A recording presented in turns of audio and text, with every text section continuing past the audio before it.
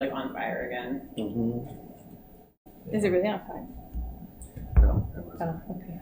All right. It's possible. low. I didn't think metaphorically, but We are live. Interesting. Hi, everybody. Welcome to Boston Basic Income. I'm Alex Howlett. This week, we are talking about the idea of data ownership, getting paid for your data, and essentially turning that into kind of like a data dividend. So so I should give some more background. So the idea is that a lot of these apps and online services, as you use their services, they kind of track your behavior and your activity on there and generate data off of that, and then use that activity to help hone their product, help hone their advertising, and that helps them make more money. And then there are some people out there who feel that if you're doing all this stuff that's generating profit for these companies, then you should get a cut. People should get a cut of the profit that their data generates.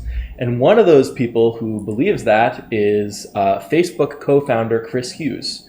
And he's written an article which some of us read this week called "The Wealth of Our Collective Data Should Belong to All of Us." And he also wrote this book, Fair Shot, in which he advocates not exactly a basic income like we talk about in here, but kind of a basic income for working people. So kind of subsidizing working people. So he still thinks, like the money has to come through the work. So that's Chris Hughes, and some of us have read this article. So I want to go around and start by getting people's initial thoughts about the idea of getting a cut of the profit that your data generates. Right. So Yeah. I guess there's two things that I think might make that not very viable.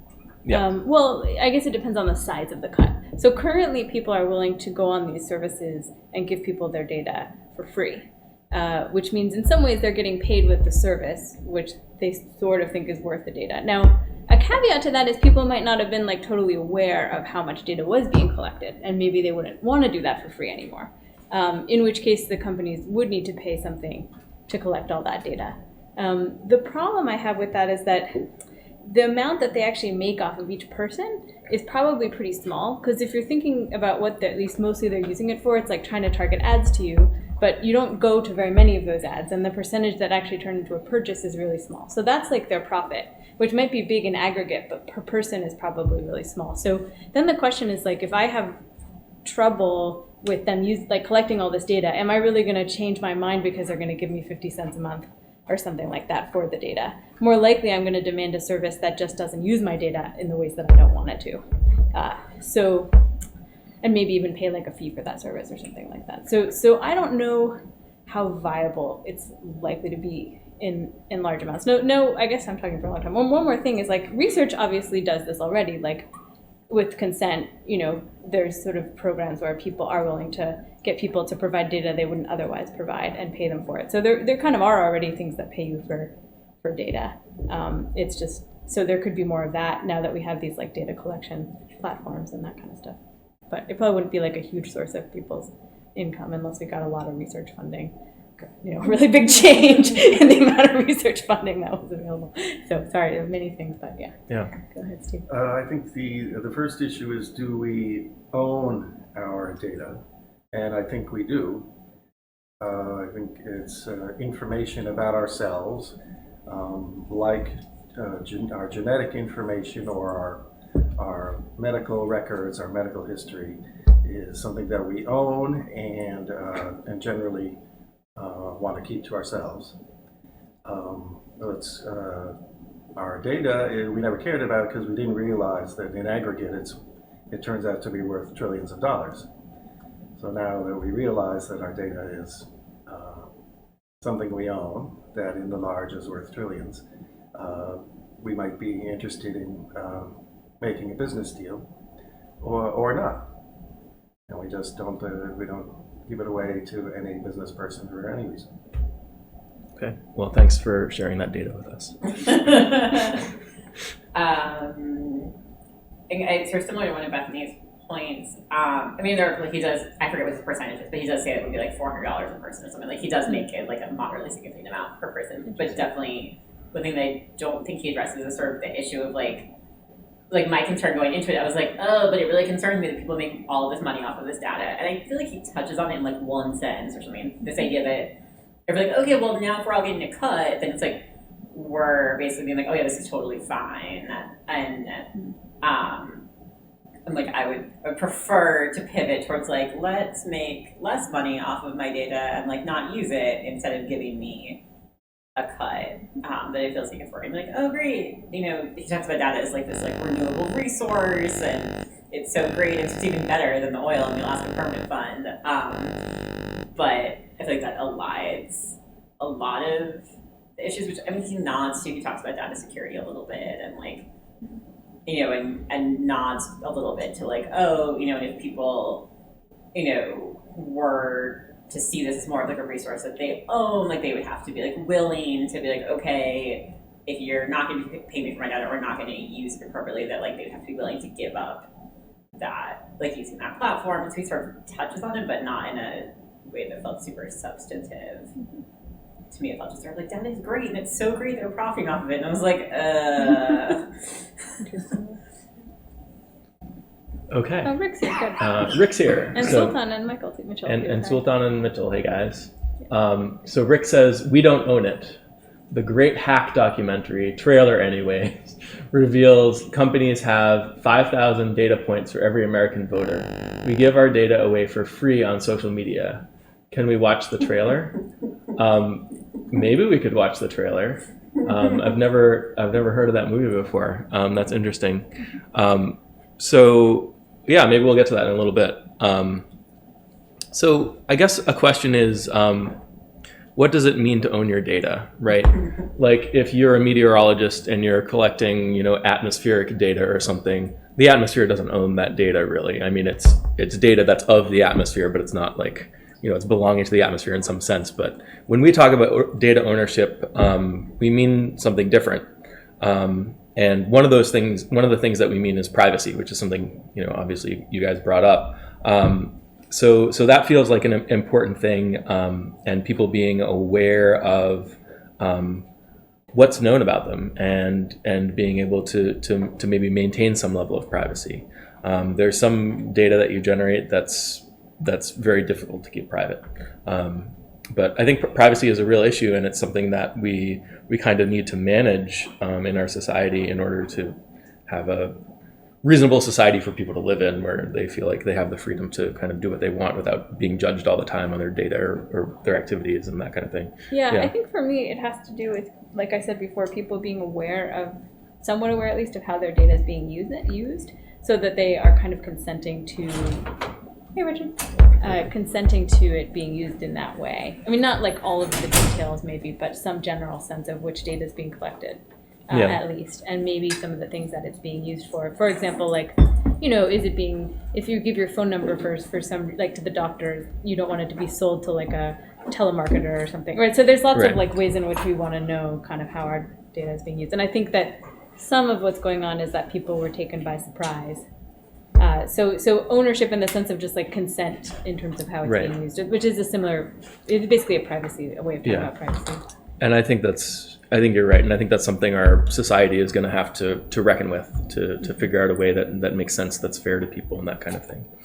Now, the other question is, should you get paid for your data? Should you get paid for doing something that you ordinarily do?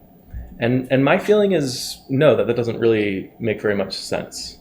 And kind of to Bethany's analogy, like we have research situations where you pay people to participate in studies, but the reason you have to do that is because they wouldn't have participated in the study otherwise. If you're just using a product or something like that, it doesn't seem to me like I think it makes sense that you should be able to opt out of it, right? Or maybe not use that product or something like that, and be aware of what's being tracked and all of that. But that's very different from saying, if you are using the product, then by right or something like that, you have to get a cut of the profits. Well, I guess like I was saying, Yeah. a couple things. One is like you talk a lot about like, payment is to incentivize behavior. So Right. in a way, like the free product might be enough, and people might be willing to give away their data Right. for the free product. In a way, or like I talked about, they might not. Like now that they're aware, like if they had the opt-out Sure. option, maybe everybody would opt out. And so if they need to put an opt-out option for people to even want to use it, then maybe if they actually want the data, they have to pay a little bit to get people not to opt out. Like Right. I could see that, like any other commerce thing, Yeah. I could see that people potentially would need to be paid for certain kinds of data. But I am also a little bit with Elizabeth. Like I'm not sure, again, because I don't know where the $400 came from, so maybe I'm wrong about the amounts. But if the amount were really small, I'm not sure people would be willing to like give up the data for that amount, like that trade would actually work. Yeah, and it's a tricky thing too, because when Chris Hughes was talking about it, he was talking about like aggregating across all the businesses that use data and then having some kind of tax that taxes them and then kind of distributing it to everyone. Interesting. So it would be very different if you. So Mitchell has the same question Yeah. that I have, which we're kind of on now, so maybe I'll ask it. Like, how did he calculate that? Because do we really buy $400 worth of more products, like plus a little bit more based on targeted ads? Maybe we do. So I'm surprised. it's a per year thing. Yeah, per year. I don't know. It's a good question, and even then, it wouldn't make sense if we got the full profit. Right, like because they wouldn't want to do it if they gave it right, all and back it's to not us. just $400 worth of revenue. It has to be that the tiny cut of the profit that you're getting, the profit, not the revenue, the tiny Right. cut of the profit that you're getting is $400. So you'd have to be spending like what? a huge amount. 'cause $4,000 you have to cover their expenses, or and yeah. that would all have to be the increase in your spending on the things that are targeted versus not targeted. Yeah. That seems really unlikely to me because from what I've seen of market data, like people don't click on ads very often, and that's why if you put ads on, well, anyway, like you whatever the targeted ads are worth is not that much. Right. It's I only thought- only kind of worth something in aggregate, and I think that's right. And I don't know that Chris Hughes has a super I'm just scientific kind of like way of. confused that he got to such a I high think amount. it was like 5% of their it was like, it's somewhere in the article, it's just like. Yeah, he picked a tax rate on these companies. So he's not trying to ascertain how much of their profit came from data. It's more that he's classifying companies based on kind of how data intensive they are in terms of how much of their users' data they use, and he wants to tax those companies. I guess I'm skeptical that they get So- that much profit. Well, Yeah.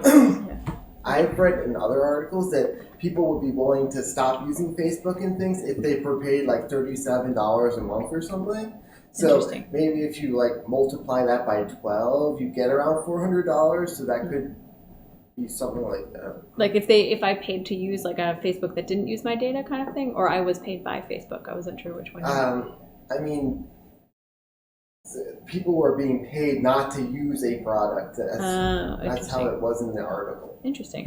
Okay. Interesting. Where do their profits come from other than personalized ads? For Facebook, I think that's basically it, and Google, I think that's basically it. Yeah.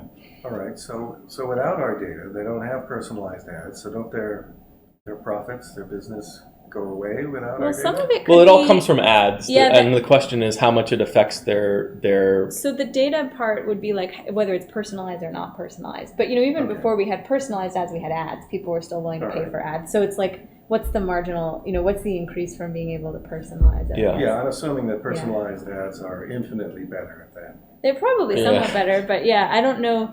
They're And I think if everyone opted out, you might not have a product anymore. You might not be No, able to definitely sustain Facebook or Google or something like that.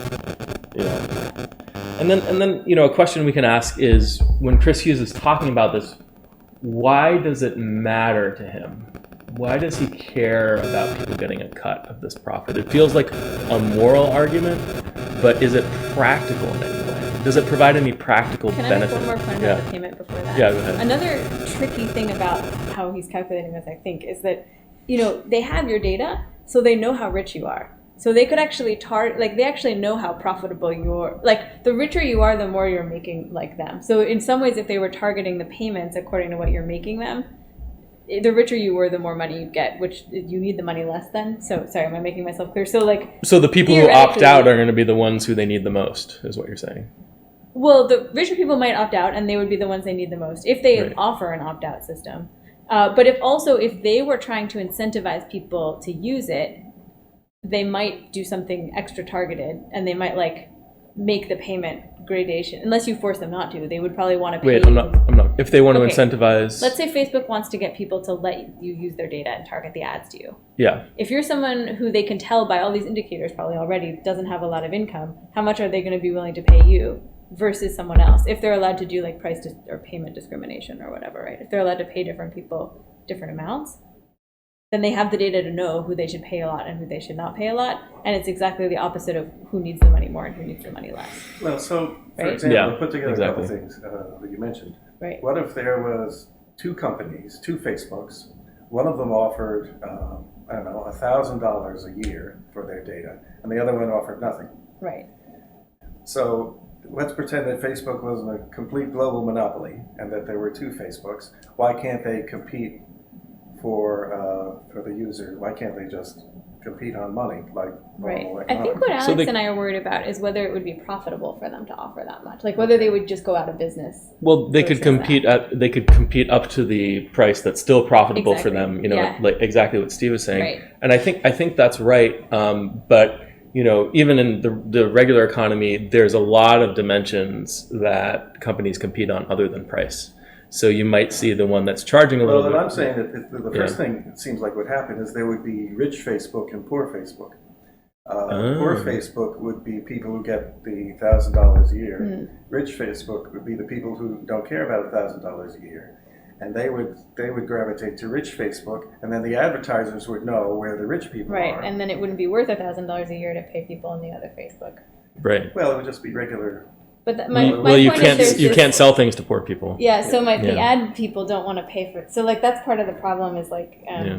when it's too targeted, you run into these problems of like what I was saying was similar to Well, I that. should make Yeah. the poor person Facebook gets paid $400, which would just be Chris Hughes' suggestion for Facebook. Right. But Which I guess at least he thinks it wouldn't put Facebook out of business. yeah, Although then if I guess all the rich I'm skeptical, but even if I wasn't, that's 400 as the average. And what I was worried about is like who's really paying into that? Probably like given the income distribution in our country. Yeah. Even if they are making $400 off targeted ads, a lot of that is coming from a very small percentage of wealthier people. And it's also not just Facebook. It's aggregated across all of the data using companies, Every single right? one, right? So it's a dividend that kind of gets paid out based on that. Yeah. Yeah, but I was wondering like And then how do you? Yeah. if they were able to target who they paid, they would only want to pay, like it would be a problem because they would only want to pay the people who already have money who might not Who's want they to, in this case? the company, like if they're trying to incentivize people to give them their data, Right. They would only want to pay the people they could make money off. which are the people who don't necessarily don't need the care money. about the money and Right. don't need the money as much and all this stuff. Yeah. Yeah, that was, Apparently the yeah, audio is exactly. going crazy or something.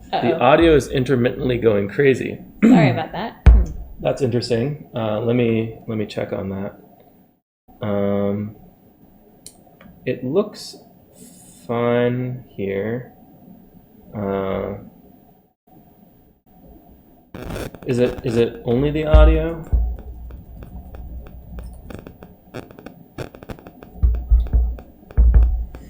Making sure everything is plugged in here adequately. And I look like I have no hair. I think there's a video. I don't know. There has a problem with the video feed. Yeah. Anyway, I may have overly complicated things with this whole like There's feedback loop another way targeting to thing. look Yeah. at it. Well, in the near future, they will be able to target people individually and charge people more for certain products than others. And so maybe a dividend or whatever would compensate people for being ripped off by not being able to receive. Oh, like the different best people deal would for pay free. different amounts, like price discrimination on that. Yeah, I can find. I'm turning down the microphone a little bit. Maybe it was set a little too high. You guys can let me know how that sounds. Okay.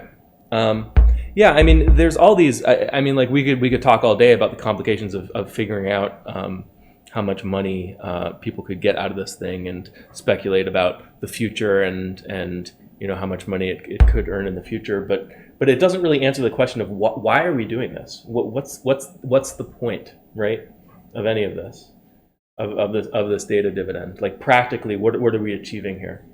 Well, I guess the way I've been talking about it, the companies are achieving people still using their products assuming people end up having trouble giving them the data for free, which so far they haven't. So you're imagining a world in which the companies are faced with this problem where nobody wants to use their products anymore. How do they get the users back on board? They offer to pay for the data, that kind of thing. That's the scenario in which, to me, it made sense to explore Yeah. paying people for the data. I think that makes sense. I think if there's a massive social shift and people just don't want their data to be used for free and they stop using these products, then if you want them to use the products, you'd have to pay them now. Or you'd have to pay them for that data. Right. Or you'd have to change the model of the business. Instead of making money off ads, you have like a paid service or something like that. Or there's a very good chance that a lot of these business models just won't work anymore and they die. Yeah. Yeah. I guess I think one thing to point out is like, if instead we had some kind of regulation that forced them to pay a certain amount, it's like any other kind of price control where products that people might have otherwise wanted to use might go out of business. So I guess what would the alternative be other than they're trying to pay people to incentivize them to use the product? It would be like some kind of regulation or something like that, right? Right. But then that would have, I think that would probably be a problem the same way other kind of price controls are a problem. Like disincentivize the creation of products that people would want, probably shut down a bunch of these products because they wouldn't be profitable anymore. Yeah. I don't know. I'd have to do the math, but. So let me take a second. Sultan says it's like a phone signal is affecting it. So I moved my phone away. Let me try unplugging the microphone and plugging it back in. Yeah, sorry.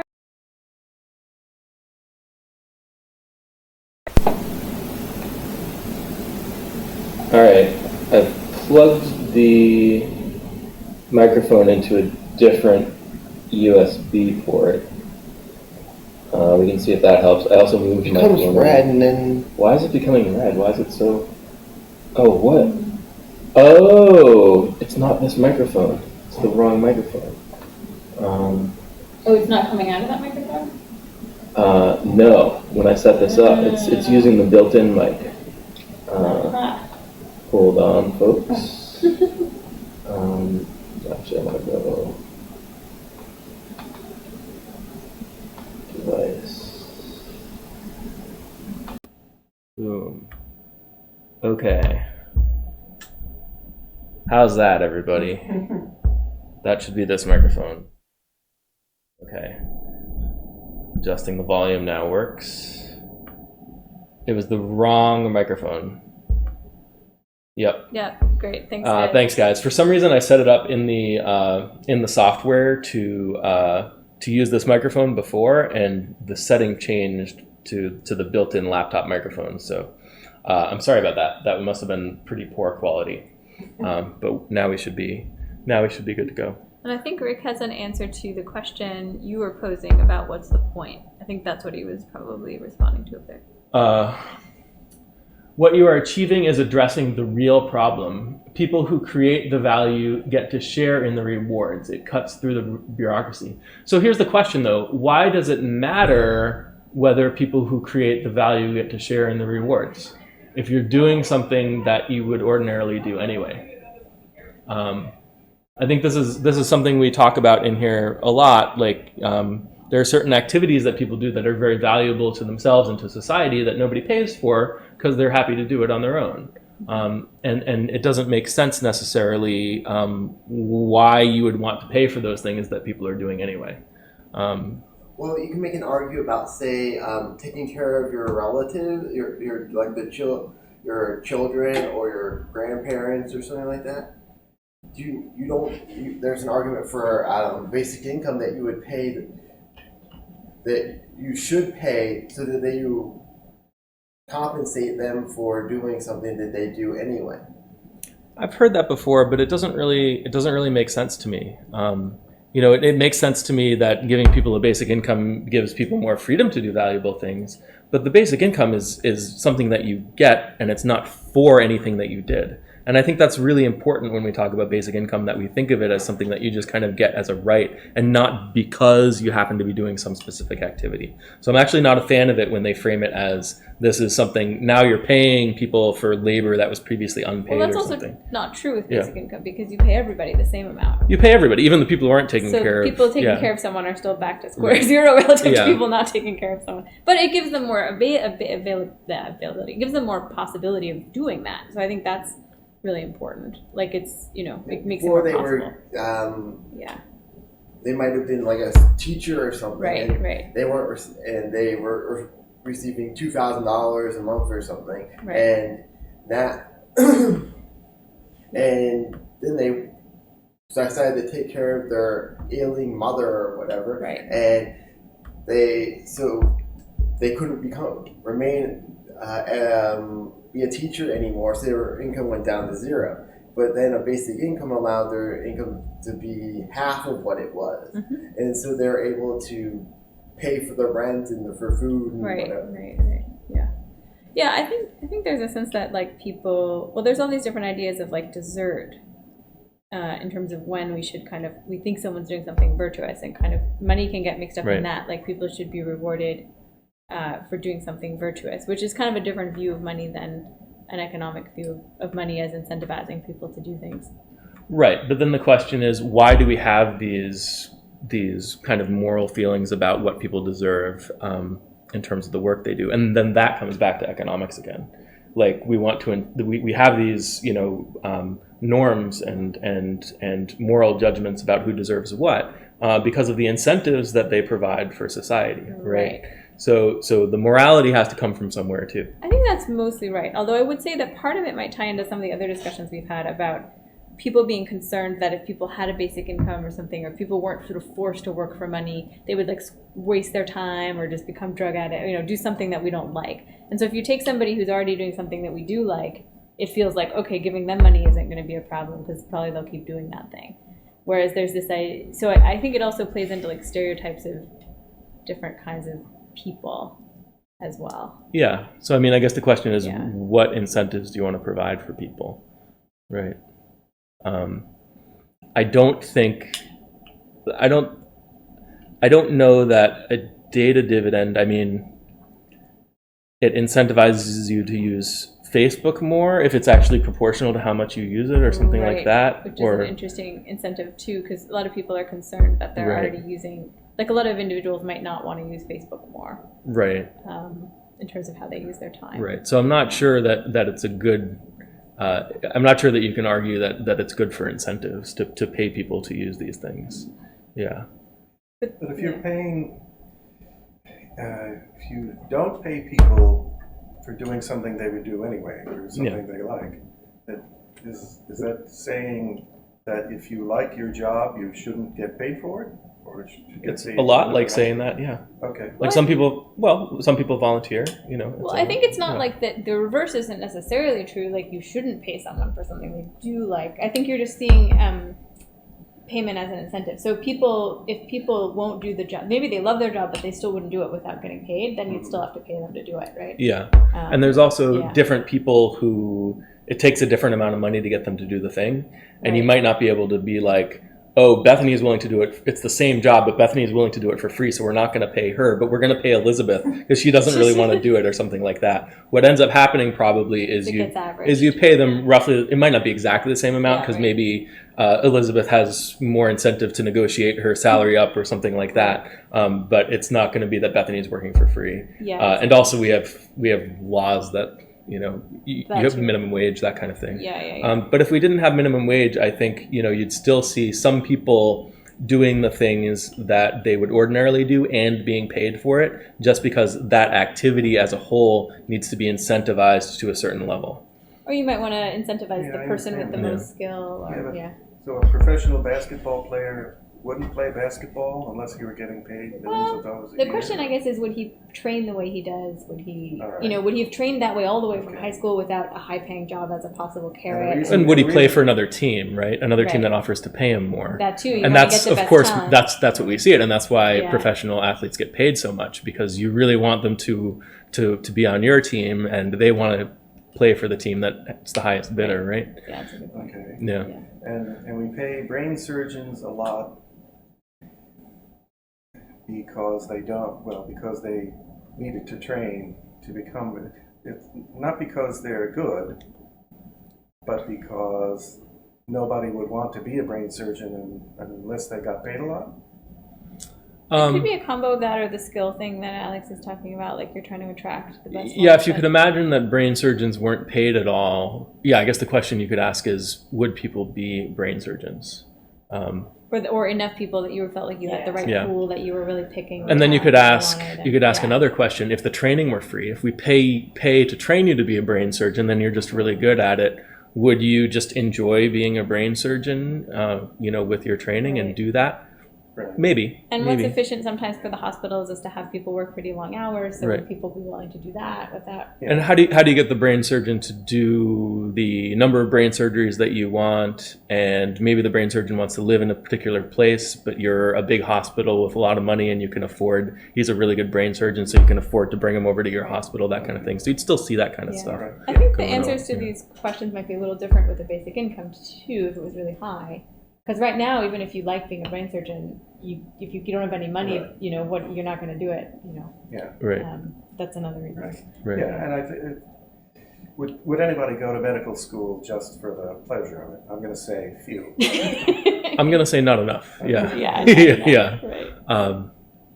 It's an interesting thing. It's also interesting, this is kind of a tangent, but we limit the supply of doctors. We limit the kind of number of new doctors that are certified each year. So that kind of, I think, artificially increases the salaries as well. So it might end up being that brain surgeons make a lot less.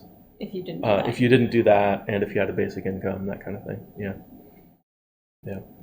But I think, when we think about the labor market, the labor market is a market for paying people to do things that they wouldn't ordinarily do. That's what the labor market is. And also, you could have fewer brain surgeons in the future if you have like a Da Vinci, surgery machine.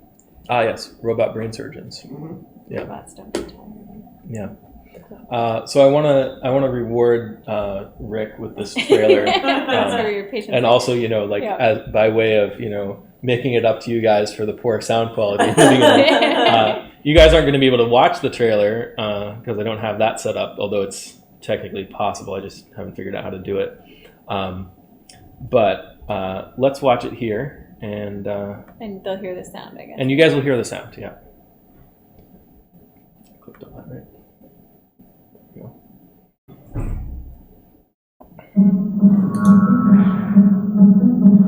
Who has seen an advertisement that has convinced you that your microphone is listening to your conversations?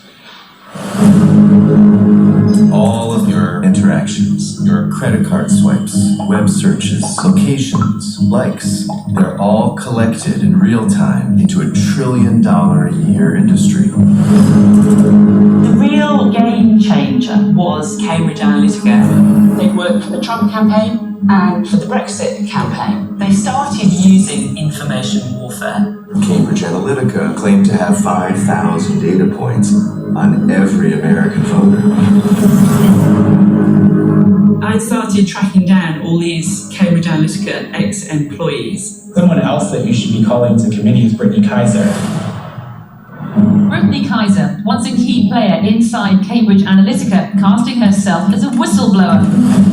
The reason why Google and Facebook are the most powerful companies in the world is because last year data surpassed oil in value. Data is the most valuable asset on Earth.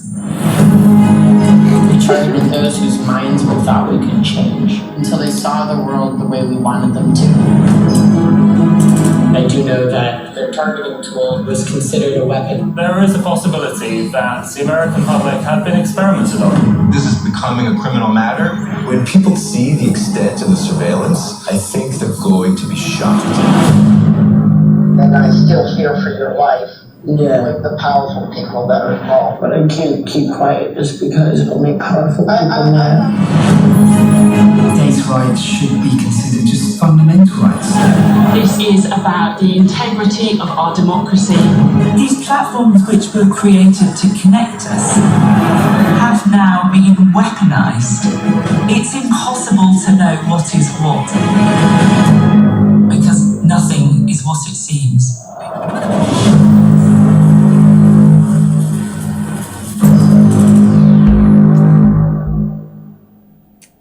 Wow. Okay.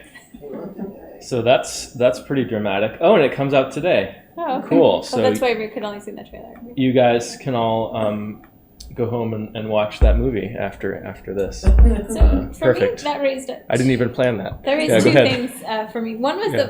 the point I've been saying and other people have been saying, which is like, I think a big part of what's going on is like people not having been aware of the data that was being collected and how it was being used. Yeah. And I don't know that that's going to lead for everyone to wanting to be paid for that data, but I certainly think that surprise is there.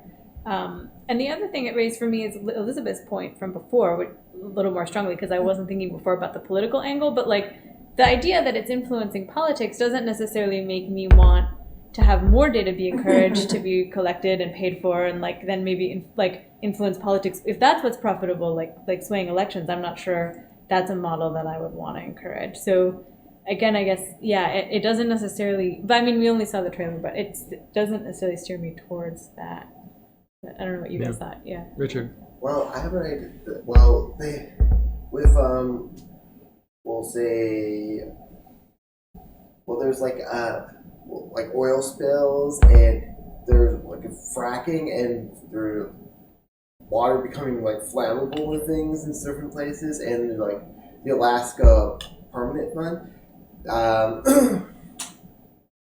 You can get compensated for say something going wrong with oil spills and things like that. But what about I keep hearing like Google Gmail getting hacked and Yahoo Mail getting hacked and things like that. Could you like say that a data dividend would compensate you for something going wrong with company like taking your data away from these places? Like with Yahoo, it took them like over a year to admit that they've been hacked and things. Wow. So maybe they should pay damages to people who were whose credit got messed up or things like that. Mm-hmm. That's interesting. Well, the trailer mentions that maybe data privacy is a right, so it's even stronger than just something you own. It's a thing, an inalienable thing. With your internal organs, you couldn't sell it if you wanted to. Yeah. Yeah, I think this is a huge issue. Obviously, these companies have been scrambling to, shore up their privacy and whatever, and they're trying to, they're all trying to respond to this, especially the Cambridge Analytica thing. But it's also I would say a somewhat separate issue from the data dividend itself, because no amount of dividend is going to make that right.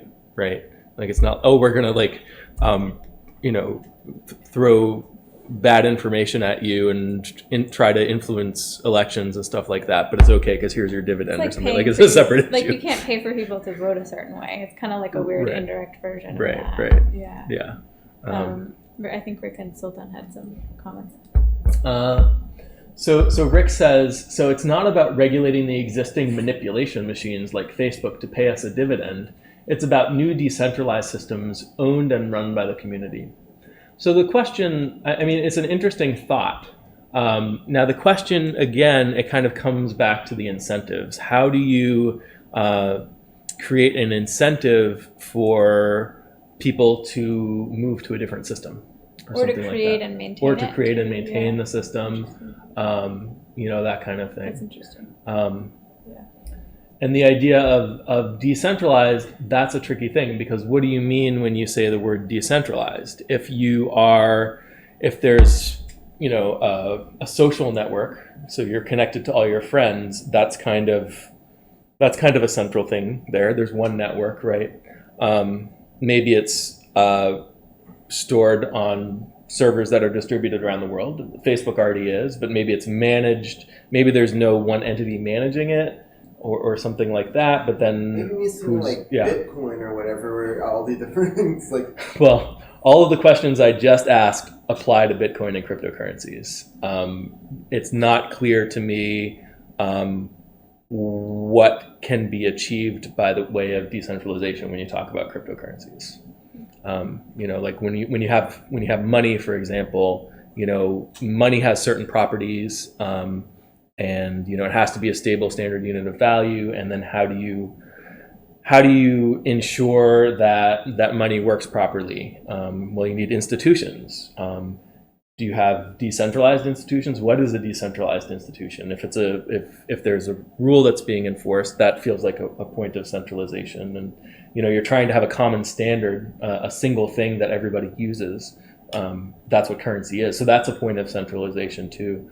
So it's not clear to me that these technologies can get around the kind of the just social, necessity of what these things are. But maybe some of these exist already. Some of these, I don't know. Maybe Rick, you're talking about something specific. Nothing. There's no such thing as like a decentralized currency. No. I meant is there a different kind of? Is there another social network alternative? Because I vaguely heard about people going to other ones. There's one called, what is it, like Trello? Is that one?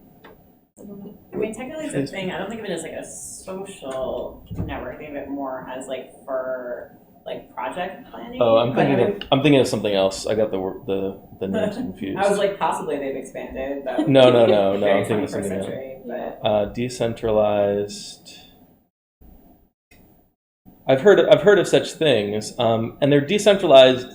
I mean, they call themselves decentralized in the sense that maybe they use blockchain technology, and maybe they try to set them up so that they create the rules at the beginning and then there's no one managing it and that kind of thing. Top 5 decentralized social networks. Oh, wow.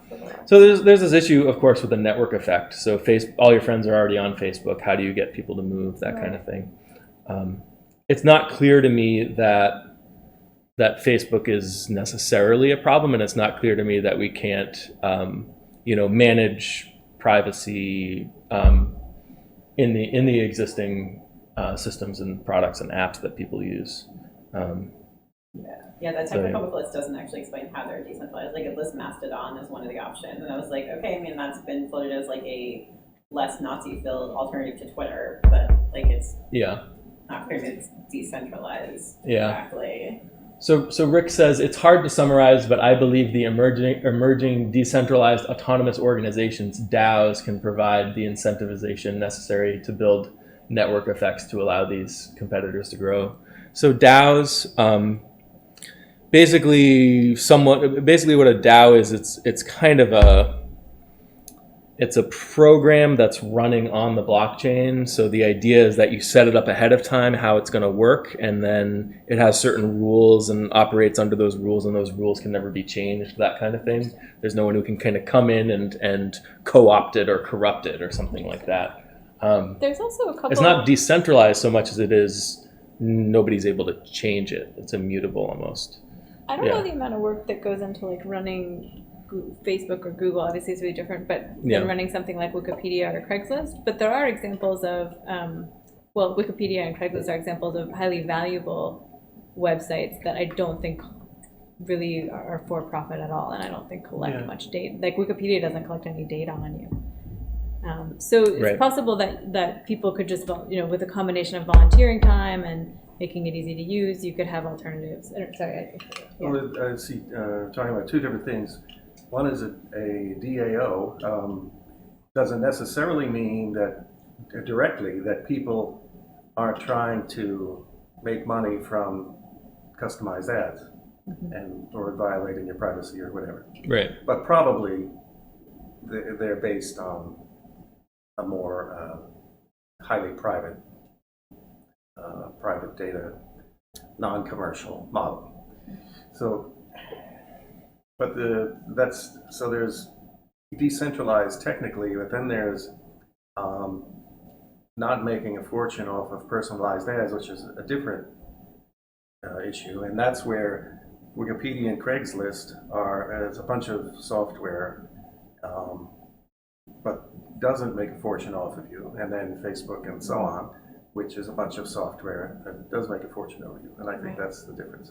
Yeah. But why couldn't Facebook technically have been done with Wikipedia economics? Yeah, I don't know. That's why I was wondering what goes Yeah. into it. Because I know, for example, they hire a ton of people to like go through images and take them down and like do all sorts of things. But also Wikipedia has to be managed somehow to be accurate. So I don't quite know what like the different costs are that are involved. Wikipedia has a lot of costs too, but I don't think it's the same order as Facebook.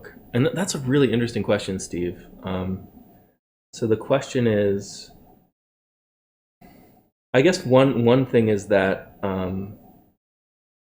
Wikipedia is mostly static pages, so you can edit them and update them, but it's less dynamic and less interactive than Facebook, so that might be a huge overhead.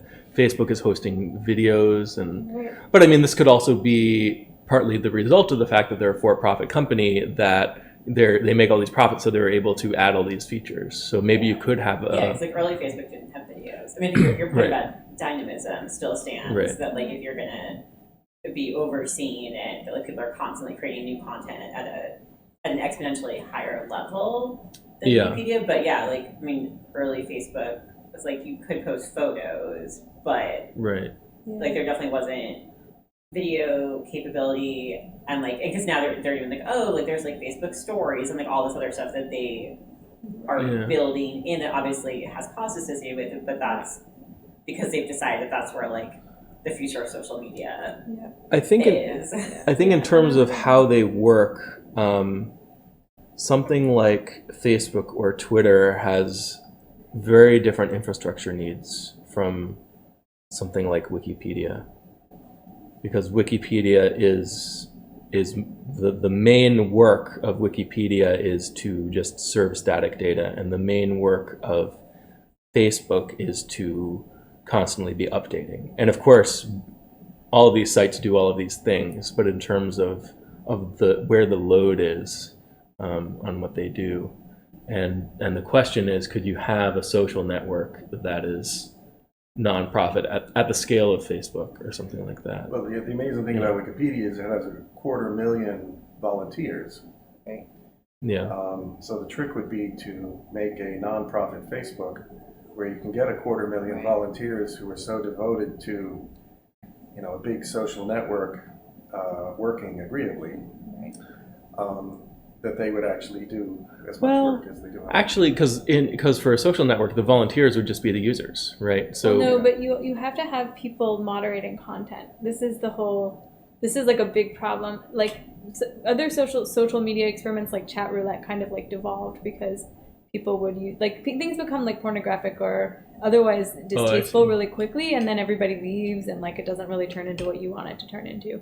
So that's what I was mentioning about like the rooms full of people right now who have to sort through, like literally humans sort through Facebook images and take them down according to standards still. So Wikipedia, I guess Wikipedia, it's all volunteer stuff. Mm-hmm. So they're taking out the bad, like. So they're censoring and otherwise correcting Wikipedia pages all the time. And for Facebook, there would be part of that, or that would be at least partly necessary to a social networks function, but it wouldn't be the main thing that unlike Wikipedia, it wouldn't be kind of like the main thing. Right. Yeah. I guess what I'm thinking is like as things become more automatable, like they're trying to automate this job because it's a really unpleasant, not only expensive but also really unpleasant job. But it's really ineffective because like when Tumblr was like, oh, we've decided that like we're going to ban all these things, and like we're going to ban like female appearing nipples, and so people were then like being like, okay. And like they're like, all right, great. If I just like put like an image of an owl next to this thing, then like the algorithm won't flag it. And I mean, it's like a stupid rule that's deeply rooted in like a fear of sex and women, but like, but even less misguided things are gonna. It's really hard to. I think that's what I guess the technology would have to get a lot better, where somehow it was really hard to fix. Go ahead. Actually, a week ago, I believe it is, there was this Instagram murder or something where this like 1-year-old murdered this like influencer or some something like that, and then he posted her bodies all over, pictures of her body all over the place, and the automated system didn't like catch anything, and it was there for like a whole day. Whoa. And eventually they had this this is mature content things, but you could just click out of the filter and just see it anyway apparently. Yeah, there's a lot of stuff with Facebook and Twitter of people being like, "Hey, I am reporting this thing," right? And then they're just like, we think that that's fine," which mostly happens around hate speech, but also happens around offensive images. Speaking of reporting things on Facebook, so this discussion group is organized through Facebook, and I just want to say to people out there that Facebook has a thing where you click on an event and it says duplicate event, and then you can kind of create a new event based on the template of the previous event. That's been broken for several months, and I have reported it a few times. So just want to throw that out there. Right. Yeah, 2 events ago, you posted the same event 7 times or something. I did? Oh, I don't remember that. Did I do that? Does that happen? Oh, sorry, guys. So Rick had some more comments, and Sultan also had a good question. I want to get to Sultan's question, which is, should scientists pay money for data too? If so, it would increase the cost of studies like AI. Right. Yeah, I mean, especially if you have massive amounts of data and you have to start paying for each unit, that can get really expensive. Yeah. And I think in general, what we should want is that, kind of what Bethany was talking about before, that if you need to get people to do something, then and it's worth it to you, then you can pay them to participate in a study or something like that. Right. But generally speaking, especially if it's large, a large quantity of data that is not necessarily personalized to an individual person, I feel like it would be really harmful to research if we kind of restricted those things too much. And then things that we all want to happen wouldn't happen. Yeah. I mean, I think that I don't know, the research where it's done matters a lot, but academic research has a very high ethical standard compared to all the stuff we've been talking about with data just being taken and used and whatever. So so you probably can use de-individuated data without asking people that's passively provided. Right. And I'm sure that's really, really helpful to a lot of kinds of research. Yeah. But I imagine there's no there's no easy kind of cutoff point between, what data is kind of we don't have to worry about it because it's anonymized and et cetera. And then it's hard to anonymize things. And I think it's going to be something we're constantly struggling with in terms of privacy versus effective data analysis. This is especially true in medicine, right? Mm-hmm. If you could just get everyone's medical records and, start crunching things, you might notice correlations and learn some really useful stuff. Would die. Yeah, but then that's a huge, privacy violation potentially. But don't they de-individuate data and then use it in studies, or do you have to still? To it. You might still. I mean, there's a lot of complications. I think they do that to some extent, but it's not an easy process. Right. I think there's a lot of challenges in that. Also, American medical records are a mess. That might be a big part of it too. Yeah. Yeah. I guess what I was going to say is there's different steps, and it seems like one of the steps that people are most concerned about is things getting targeted back at them, whether it be the ads or the political things. So there's one use of data where you aggregate it, de-individuate it, and learn something about the world from it. And then there's another use where you're still keeping it tied to the person, and it's not just whether it's tied to the person, but it's you're using that to target it back to the person. So it does seem like you could have different regulations about those different. I think that's right. There's government agencies taking pictures of people at political events, and they're worried about these gigabyte pictures being traced back to and being used against people in the future or something like that. And that's being used to disincentivize people from being political or whatever. Right. And you could use it to target people for voting or political ads and stuff too, like they were talking about there. Or discriminating them for job positions. And So I think this is a really interesting discussion, but maybe let's circle back to paying people for their data. Oh, right. And I think,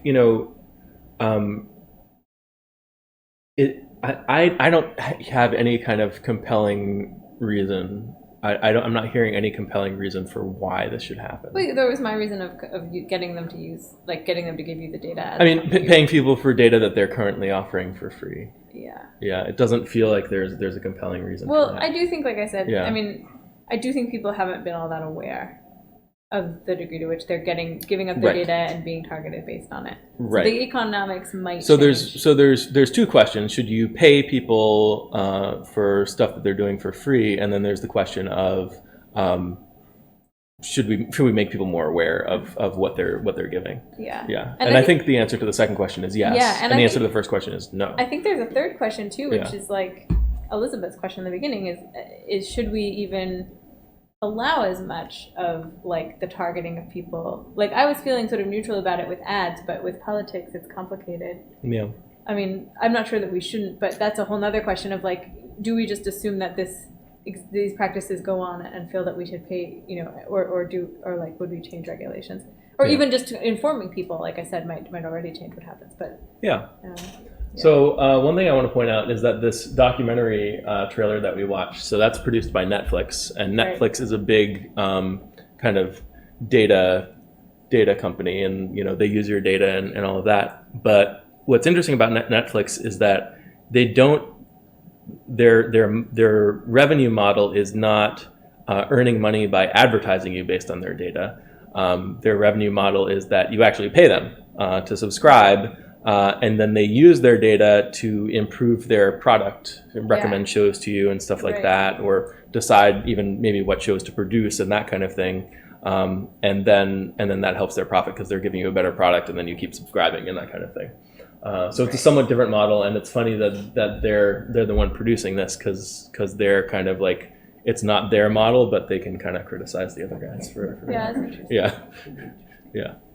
And I guess I wonder, like, what we'll see. Will we see more of a shift towards that if people are unhappy with the data use? Will people just be fine with things as they are? Will we see, like, a shift towards these nonprofits type models? So Like, what I imagine is going to happen in terms of like my predictions is that it's not going to change. It's going to things are going to kind of keep working the way they are now. Right. We might do a little bit of a better job with the political influencing, that kind of stuff. Right. This specific Cambridge Analytica thing was Facebook sold its data to someone else. right. So it's not that they were. It's not just that someone was advertising through the Facebook platform, but I think we'll get a little bit better about managing this kind of stuff. But I think the status quo is pretty much going to kind of stay the same, is what I imagine in terms of what people care about. I don't think there's going to be like a massive revolution or something where everybody decides to move to a decentralized social network or something like that. I just don't imagine that happening. I think if Facebook fails, it'll be kind of gradually over time, and maybe more exciting things will come along the way. Like, young kids are maybe not on Facebook as much. They're on, Right. I don't even know what the kids are using these Instagram days. and Snapchat. I feel like there's a younger group that's using even different things. Yeah, I don't know. same. I don't know. Yeah. That's too beyond us. Yeah. That's the whole point. Yeah. I don't see like a big social movement kind of changing things. I think most people just don't care enough. And I don't think that's a problem. I think enough people care enough to manage these things better and to kind of enforce rules on these companies. And I think that's fine. Yeah. Well, does anybody have an argument that we don't own our data? Well, what do you mean by own our data? Well, in any normal, in a conventional sense of property, private property. Like, should we be informed or not informed about whether we're given? Well, I can take a crack at it that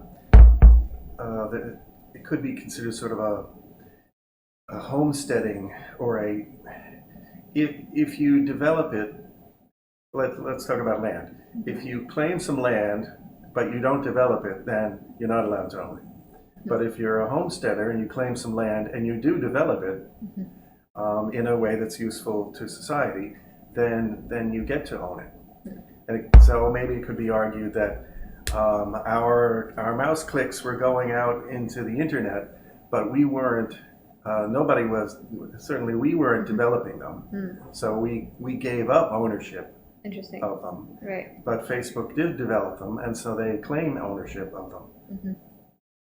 Yeah, I think that's an interesting perspective. So Yeah, when we I think can about identify that. ownership, we usually think about some kind of excludable good, that only one person can own. Like if I have a car, that's bigger than this. But if I have a car, then Bethany, and I'm driving it, that means Bethany can't be driving it. And my ownership of that car is the kind of the right to use that car, drive that car whenever I want, and that's to the exclusion of other people. Now this is as opposed to something like intellectual property or something like that, where you've written a book and it's trivial to make copies of it. So if I have this book, it's not preventing Bethany from also having a copy of that book, that kind of thing. And in that case, I don't think ownership makes very much sense. I think in terms of ownership of access, because it's trivially, easy to kind of duplicate it. Ownership of credit for having created the work, I think, makes sense. But with the privacy concerns, we might want to restrict access to the data. Well, I think privacy is another thing. So what I'm trying to get at is the question of what does ownership mean when you're talking about something like data. It's not so clear to me. I think I like Steve's angle in the sense that if I'm understanding you correctly, there's a difference here between kind of what I'm doing myself and the kind of value or whatever is added by aggregating it and figuring out how to use it for something and like analyzing it or doing AI research with it or whatever. So that's another layer to the conversation. So maybe it's okay that Facebook is profiting because they're doing the aggregating and you're just doing what you would ordinarily do, or? I mean, I think that's. I mean, I think that they do currently own the data, like the spreadsheets. They yeah. Own them I mean, I and think they that's sold right. them. But yeah. But we're talking about owning our own data. So then another question can be, what is your own data? Well, it's tricky because what we're really talking about that I do is a behavior. And what does it mean for me to own a behavior? To own your own behavior. Like, do you own the fact that you just said, what does it mean to own a behavior? Like, what does that mean? And I think in that sense, like, it means that people can't, like, force you to do stuff like slavery or something. Like, Facebook couldn't come in and be like, be on Facebook, like, and we're not going to pay you, and like, we'll no, but shoot I mean, you like if you're not on the Facebook. data that you generate. So every time you speak, you're generating data, right? Every time. Right, and I'm saying the walk way in down which I street. own that is that you're not allowed to like compel me at gunpoint to do it unless you're the government and it's a war. Well, I think another way in which you own it is that maybe you have some degree of privacy. So maybe it's not, you walk down a street and you're generating data, but it shouldn't be the case that whoever wants to can find out, where Bethany's walking. And an interesting angle on privacy is that there's this idea that there are situations in which we can have a reasonable expectation of privacy and situations in which we don't. So if we're walking around on the street and we say something, supposedly we expect that people can hear us. And I think that this also fell... like GPS trackers that can track where you're going. Well, right. So I think that this fell right into this problem where like we haven't necessarily known if we should have a reason, or like people had an expectation for privacy in a way that wasn't actually there, and like it's sort of this muddied ground in terms of whether you have a reasonable expectation or not. So I don't know if ownership is the right word to describe this. I think privacy is a good word, and I think freedom is a good word. Not being compelled to do certain things. Right. But I don't know if data ownership is a concept that makes sense, except in the sense of like you have a giant data set that you've collected from people, and then you kind of own that data set or something like that. Yeah. What about if you like compiled all the self-driving car data and like truck data and put it all into this giant data set, and then all these different companies can just start up and use the data and for different things? Wouldn't that be far faster and better and whatever than just having individual sets and just not?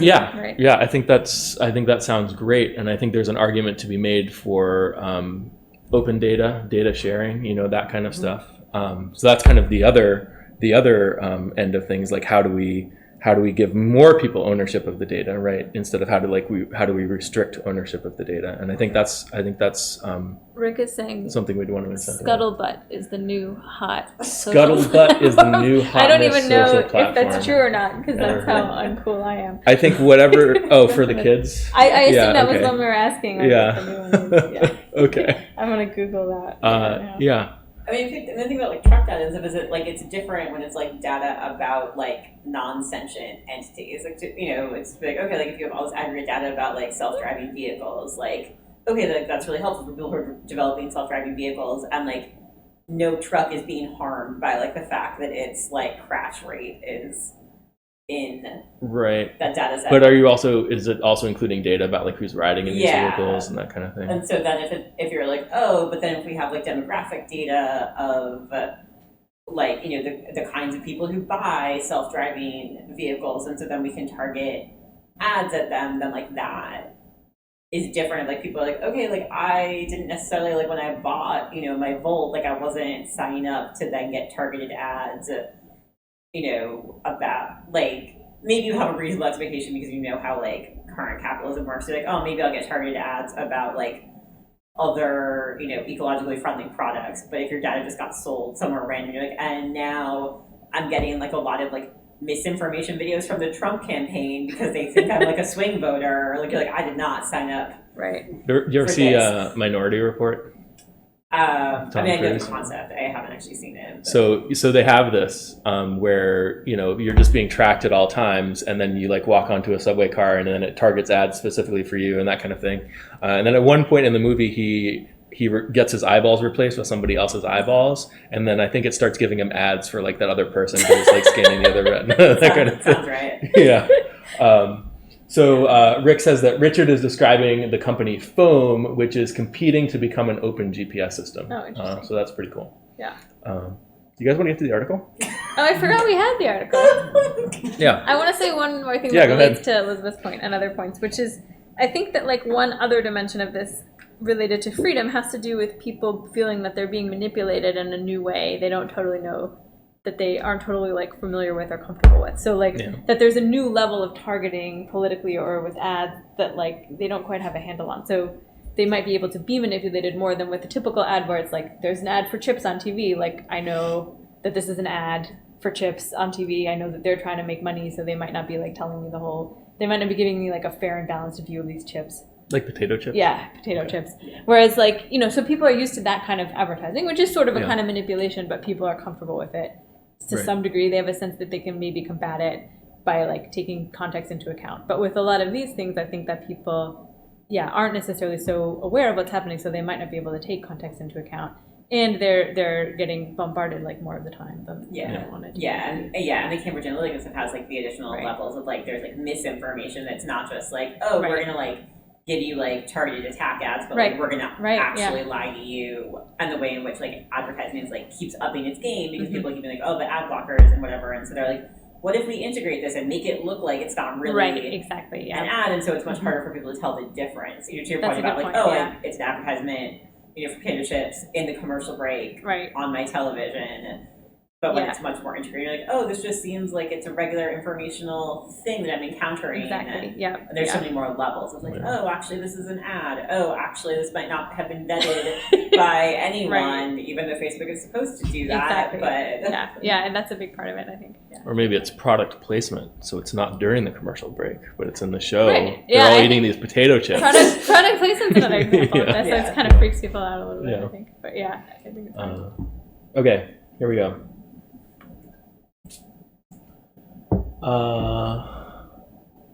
This even worth talking about.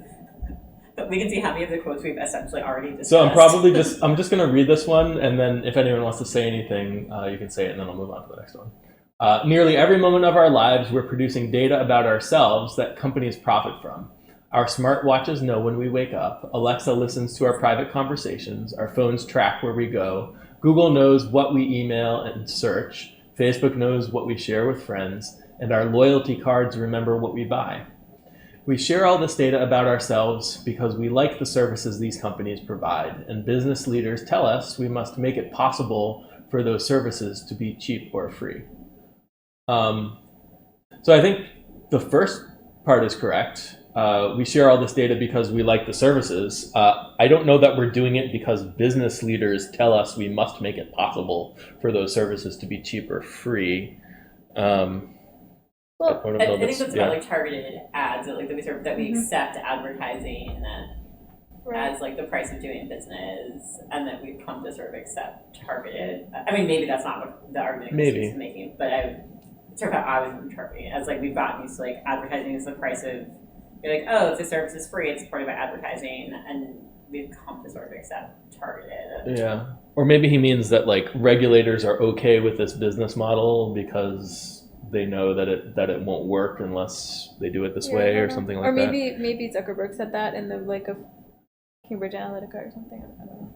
Maybe Zuckerberg said that. I'm not sure. I don't know. It's just that last part strikes me as odd that we use these services because business leaders tell us we must make it possible for those services to be cheap or free. I mean, we would only care about those services at all in the first place if we like the services. So I think they'll like the services. To beat the dead horse a little bit, like again, when I read these examples, I think the main shock value is just like, oh, like I didn't really even like think about this. Like I don't even like think about the fact that when like I wake up, like that might be used to like target, late night owl products to me or something, so like I like now I'm kind of creeped out because it's like I didn't make an informed choice when I bought and started using this product. So he wrote this for the shock value to kind of like to like wake people up to this reality. Well, but I also think that's a big part of this. Like I think that people just not being informed is the easiest thing to regulate or change. Yes. And I would probably be personally in favor of a regulation that said when they have to tell you up front in some pretty easy to tell notice way, like when you first start using the product, or what they're going to do. Yeah, you can have to take a test. They show you a video or something like that, and you have to take a test so you understand what they just showed you. Yeah, so something that's tricky with something like that, and we saw this happen in Europe recently, is they have this GDPR thing, which is basically, giving people more control over their data and privacy and that kind of stuff. But one of the things that it did was now sites have to warn you that they're going to use their data. Yeah. So now what happens is you just go to a site and this thing pops up and it's automatic and you have to click through it. Right. And it's so the end result of what happened is that everything works exactly the same as it did before, but now when you're using the internet, you have to click through these annoying things. Hear me out. Yeah. I actually think that this could be worthwhile. Okay. Again, you wouldn't, that's like an every time kind of thing, but let's imagine you'd have to do it moderately, but let's imagine I get my Fitbit and when I'm installing it, which you always have to do, it walks me through a tutorial for how to use it, makes me do that, and it walks me through a tutorial about the basics of how it's going to use the data that I give it. And now I'm not reading these kinds of articles and being like, what? And it matters, I think, because now when I see some ad, I at least know. So it sounds cool. It sounds like something that would be useful to people. Now the question is, how do you write that regulation? I mean, I'm not. How do you have a regulation that says you need to provide this data? It's going to be something that is a slight negative to your product. It has to be in a way that's really user friendly and people will kind of be engaged with and read through and that kind of thing. I think it could be doable. I'd always have to spend time thinking about something like that with tobacco products in Australia and New Zealand. Yeah. They actually have reduced you have to have these packaging on them that's really negative, not like this camels and whatever on them. Right. But that's a much easier regulation to write because that's put graphic photos of death on your tobacco. Right. I mean that's not actually what the regulation says, but it's they actually have skull and crossbones and things like that. Yeah, which is why I was sort of why my glib remark that it's much easier to be you must. At least 50% of the packaging must be strongly I don't know how it's written, but that feels easier. Yeah, so here's a regulation. You have to tell them what kinds of data you're going to collect, and you make some categories. And you have to tell them if you're going to use it internally to target ads to them to make the product better, and you have to tell them if you're going to sell it to third parties, and if maybe if they're just research or if they also might target things to you. That's not that complicated, and I'm sure you could there's and then you get used to so maybe forget my tutorial idea. You get used to this standard set of things, what they mean, and every time you get a product, it checks certain boxes and doesn't. You could even make a form for the company. I think we have that on our phone apps, right? When you install an app, it says, Or if it's going to yeah, use so this this data. app is going to have permission to use like your microphone, your yeah, it location, does it your for that now with contacts. apps. Yeah, exactly. So you could have a checklist. It shows up, and now I know. Okay, like you're collecting this kind of data, and you're doing this with it. Roughly. Do you think people would actually opt out though? Because like, while I like your idea, I hear like I'm really similar to Alice's concern, especially having spent 2 days in the UK and just like clicking yes on like yep, like I agree that you're going to collect cookies, like that. Right. You know that like it's. I mean, every once in a while there'll be, you know, some like Twitter thread will go viral about like, oh, can you believe that this app like, you know, has access to your microphone and your contacts, and like, why is that? And then eventually there's a much less viral thread that's like, well, it's because of the way that things are interconnected, and it doesn't really use it in this way, except probably maybe this one creepy way. Right. But like, do you think people would actually opt out, or would people just be like, cool, I see the categories, but like I still want the new like Snapchat scuttlebutt whatever thing, and so I'm gonna just install it on my phone, even though they've just. I think at least it would help restore a little bit of a sense of like trust, and people who really cared could opt out, and other people could have a vague sense. Maybe it doesn't really matter except for the psychology, but would at least have a vague sense that this data is being used and that the ads they get. You know, for me, if I got an ad, I'd be like, oh, I wonder if that's from like this information. And so when I read this, I wouldn't be like totally sure. So another question is, you talked about like building a sense of trust. Is it a good thing that we want people to be more trusting? I don't mean just of the companies. I mean of our society. Like now people are reading this and they're like, we're being surveilled all over the place. We don't know. Nobody's looking out for us. Nobody's making anyone disclose this to us. Like the government and the companies are in cahoots. They're just like screwing it. You know, so like I think I think many argue, I don't do this research, that we have a real trust problem in institutions, and that has a lot of consequences. And so I do think like a sense that people are at least telling us what's happening is good. And then if people collectively are unhappy with it, they have more of a leg to stand on, that they know what's happening. But then the flip side is like, to Alex's point, like I wonder if then like it makes it much harder to do like class action lawsuits or similar kind that you're like, oh, like in the same way companies are like, well, you signed the terms of service and you have to argue, but nobody reads the 37-page terms of service. Like, they just click okay. So now like companies would have a much like stronger position to be like, but it's only like a 6-item checklist, like, and you said okay, and so then if like 5 years down the road, people are like, oh, but like when I said that you could sell my data to third parties, I didn't think that you meant like this. That's a good point. So I mean, these are really interesting questions. My sense is that the way to make the biggest difference on these kinds of things is from oversight, coming from the top down, because users will just kind of click through. So like, I mean, because what I was also thinking of is like, we do regulate the content of ads, like to some degree. Like a chip commercial can say all sorts of stuff, but they can't blatantly lie, like Elizabeth was saying about like political campaigns. Now it's different because free speech is free speech, so I don't necessarily want someone running around like, I don't know, you just have to know where it comes from, I guess. It's tricky. Then you get like a who watches the watchers problem. Right, exactly. That to your free speech point about like often. Like I'm often like super pro, like, oh yes, like we definitely should do it, and I was like, oh right, except that then all those rules get like applied disproportionately to people to like good people already on the margins instead of like the Nazis who are on the margins. That were like, oh yes, this is the way we can police like queer people and black people and whatever. Right. So I'm really more wary of that kind of free speech regulation for that reason, because you never know how it's going to be used. Andrew Yang actually wants to propose a government agency that does something like that. I'm worried about that. That helps. I don't know exactly what he has in mind. That helps. What's the word? Not filter. Help me out. Get the good information. Curate. Oh, cool. Yeah. And I think in England they have something like this, where they have like a government agency that points out stuff that's bogus in newspapers and stuff like that. Like Snopes? Yeah, like Snopes, like a government-sponsored Snopes or something like that. Yeah. Okay. Next quote.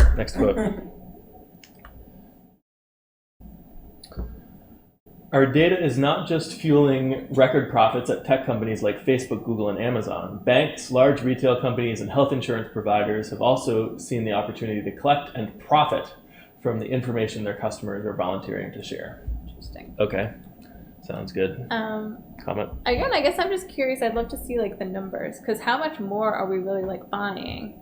How much more what? Like of anything because of this target. Like the profits have to come from us spending money, right? Because of the target. The profits of the companies come from advertisers. Are you questioning like where the profits of advertisers come from? Yes. So I think for banks it's probably Right, not and then the advertisers, and for health insurance it's probably not advertisers, but maybe it's they use their data to optimize their health insurance plans and to get the most out of the medical industry and all of that. Yeah. I just love to. I guess I'm still feeling like it's hard to imagine it wouldn't be more than just a little bit per person. But yeah, it's only ever going to be a tiny amount. But here's a hypothetical question: if it was a large amount, would it make a difference to you? Well, that would be really disturbing. What do you mean? Because that would suggest that there's some profoundly huge influence of these targets, which I think brings in the manipulation question that we've been talking about. Like how much more are we like spending or changing our behavior based on this? If it's translating into a lot of dollars, unless it's something I'm not thinking of, like they've just become way more efficient and they've just like way cut down medical costs or something like that. Like there could be good things. Yeah. But if we're being highly influenced, then the magnitude matters for how to evaluate are any concerns about whether we're aware of this influence, whether it's the kind of influence we want. Okay. Like if it's translating into huge amounts of dollars, then it's a huge amount of influence. So that's why you care about the amount. That and this idea of would it matter to try to pay people this money or like how much could you try to pay people to incentivize them and still be profitable? I guess that was the other reason I was wondering. But there's also this concern about, so there's both, but yeah. Like insurance companies can target only really healthy people, so they have a pool of healthy people that they don't have to pay premiums or and things like that. But again, like, are we happy? I mean, maybe it's good for the healthy people to have health insurance, but I think it's probably bad overall because now all of the healthy people are out of the insurance programs that all the sick people are. Yeah, that doesn't seem good. So this is like one of the big arguments for why single payer is good. Yeah, but that's also an example of what I was saying about if it's making somebody a lot of money, it's having a big impact, and we should look at what that impact is, and maybe it's not a great impact. So there's two things for you. The fact that it's small means you're not as worried about the impact, and then the fact that it's small means that the payout would be small. Yeah, that before a company just went under, or whatever. Like if they were trying to pay people, if somebody needs to be paid to use their product, then there's a limited amount that they have available to actually. And I guess a question I guess I've been trying to ask about the idea of being paid for your data is, if people need money, we talk about basic income here, and if people need money, you can just give them the money. It's like you don't need to come up with all of these different excuses about why they deserve it or something like that. I think that's kind of a little bit, coming at it backwards. You don't need to come up with these excuses. We can just give people the money. Right. Yeah. Well, I think there's two reasons that people do this. One is that people always want to have a sense that someone deserves the money for something. Right. And the second is that this would be a model where the companies are paying, not the government. So if you're worried about budget concerns or political concerns, that's probably another reason. And I get the sense that Chris Hughes is very concerned about balancing the budget, so that everything that gets paid out is funded by taxes, that kind of thing. And obviously, I'm not as concerned about that. I'm not concerned about it at all. But yeah, so he's operating within these constraints and trying to find ways to justify getting people money. And I think this is one of them. What he talks about in his book is, like a targeted basic income for working people. What it basically is expansion of the earned income tax credit. And a big part of why he supports that over a basic income is, well, one, that it's connected to work, and work is the super important thing for Chris Hughes, and two, that it's cheaper than an actual basic income would be, because it's kind of subsidizing only in a targeted way and that kind of thing. Right. Yeah. Did you happen to take the next one as a quote? Netflix, blah blah blah. No. But we can read just it. another note here, like he's talking about Netflix using it to like plan shows that they make and stuff like that. Another, this reminds me of the research angle, which is that there might also be a lot of like things that we would think are really positive about the way that this data is being used to make things more efficient or just to make entertainment better. Mm-hmm. So I guess that relates to paying people in the sense that, again, if you force that, they might not be able to do these useful things, or the companies might go under altogether. Right. Yep. So just the other side of the coin, I guess. Yeah. So let's see. He's kind of blurring together probably like a ton of different kinds of uses of data for lots of different kinds of things. But So Rick has a comment, but just giving people the money keeps the status quo without addressing the abuses of power. So it depends what you mean by abuses of power, but it's also important to keep in mind if the problem you're trying to solve is people having enough money or people having money, then you can give them the money. If there are other problems that you also need to solve, that's, we need to come up with ways to solve those problems too. If you try to combine solving those two problems into one thing, you're probably going to have a solution that's not optimal for either one. So if you're trying to combine giving people money with addressing the abuses of power, you're probably not going to give people as much money as you otherwise would, and you're not going to curb the abuses of power as much as you would with a solution that's directly targeted toward that.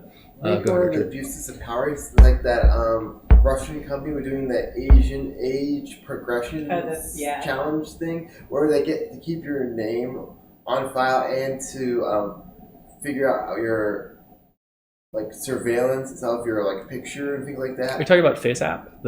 Okay, yeah. Until the end of time or whatever. Yeah, so there's this app where you can put your picture in and then it shows you what you look like as an old person. But then once you've done that, now they have that information about you. Like your picture? They have your picture and I guess your name and. I think they collect a bunch of information. I didn't do it, but I think reading stuff about it that they collect. They're as part of they collect your address and a bunch of information about you. Yeah. And so then it's okay, so then they have your photo and a lot of other information about you, and they're based out of Russia. And right. So here's an example of one where I feel people would opt out of it if they knew that was happening, because they don't care that much about this looking older. It went viral, right? And they could see that this data was being collected as they were using the app. Wait, they could? What do you mean? Yeah. Well, so people knew the data was being collected because you fill in this is my address and whatever. They just really wanted to see what they'd look like as an old person. Because we've gotten so socialized to just giving away this data, and then it was, and then it went viral about it's actually based out of Russia, and there was there had been some back and forth on the Wikipedia page about where it was actually based, and interesting, and so very much tapped into the gestalt about Russia is really scary and influencing our elections, and so giving more personalized data to a Russian-based company feels really risky. Yeah, that does. Interesting.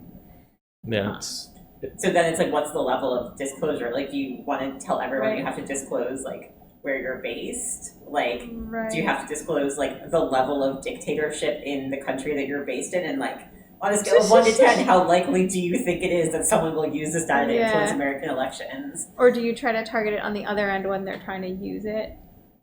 Is another option. And they can always do a VPN sort of thing and base the company. Yeah, that's really tough. South America or something like that when they're actually in Russia. Yeah, that is really tough.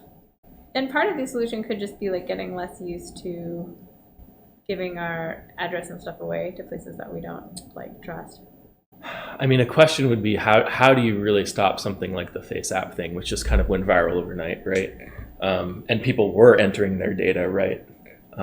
So I don't know if you can really, on a massive scale, just get people to be more conscientious of the data they enter in things. Well, it's possible, depending on where, how bad things get with meddling of other countries and getting harassed and stuff. It's possible that the culture could shift and you could decide you're more cautious about entering. It really feels more to me like it would have to be something it's illegal to collect this information from people in an app or something like that. You can get spam emails that say, I'm from Nigeria and I really need you to wire me a bunch of money. I bet they really are from Nigeria. Yeah, but the point is some people fall for that, but people en masse don't, because we kind of have a sense we probably shouldn't do that.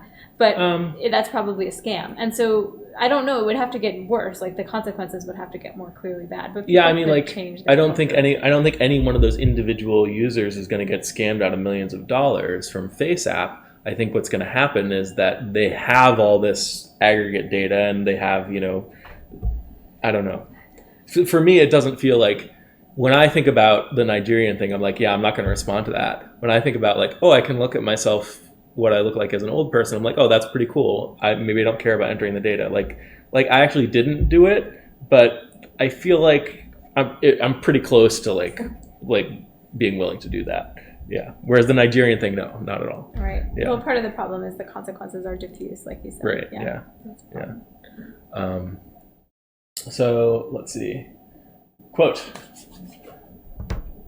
Well, first let's go to Rick. Rick says, but simple solutions to complex problems often have the opposite of the intended effect because of feedback. The problem of people needing money is supposed to increase their well-being, but it may lead to a worse society because that money feeds existing power structure / manipulators. I mean, money can lead to those things, but it is a simple problem that people need money, and giving them money is a simple solution to that problem. So it's a simple solution to a simple problem. It's a problem that we do need to solve, because we can't have an economy if people don't have money to spend. And the ways in which we're getting money to people are really inefficient right now. So yeah, there are other problems, but it's not solving a complex problem. It's solving a very simple problem that we know needs to be solved. Yeah. But we do think that if the poor people become relatively richer, that Walmart and Amazon and McDonald's and dollar stores will benefit a lot, and Lamborghini dealerships will Benefit. be hurt. Yeah.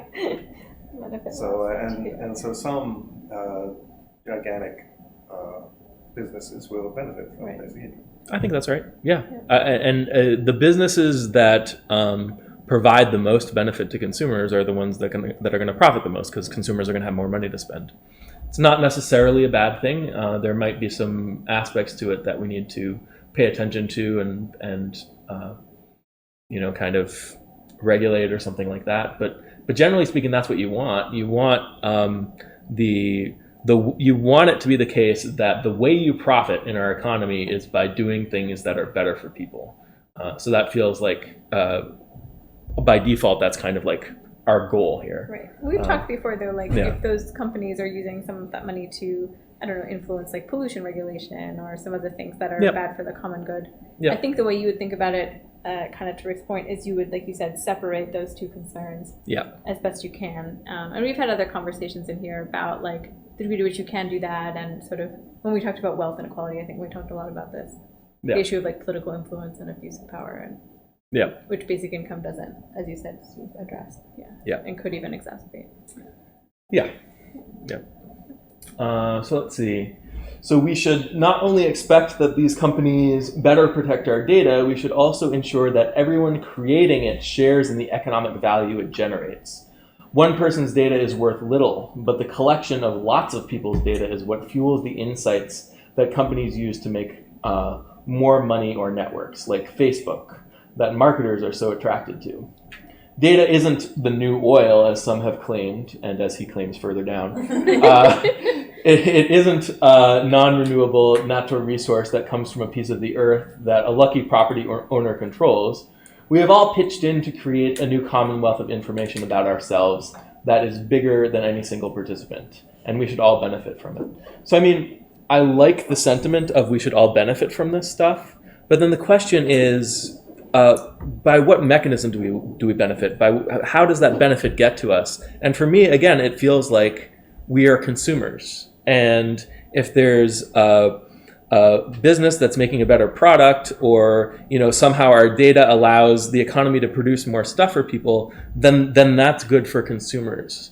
Especially if they have the money to buy. If they don't have the money to buy the stuff, then whatever. But thinking about it from a consumer's perspective of giving people the means of consumption, the money to buy the stuff that all this great technology provides, I think that is the way that we ensure everyone gets the economic value. And it's not that they deserve it because they're helping create it.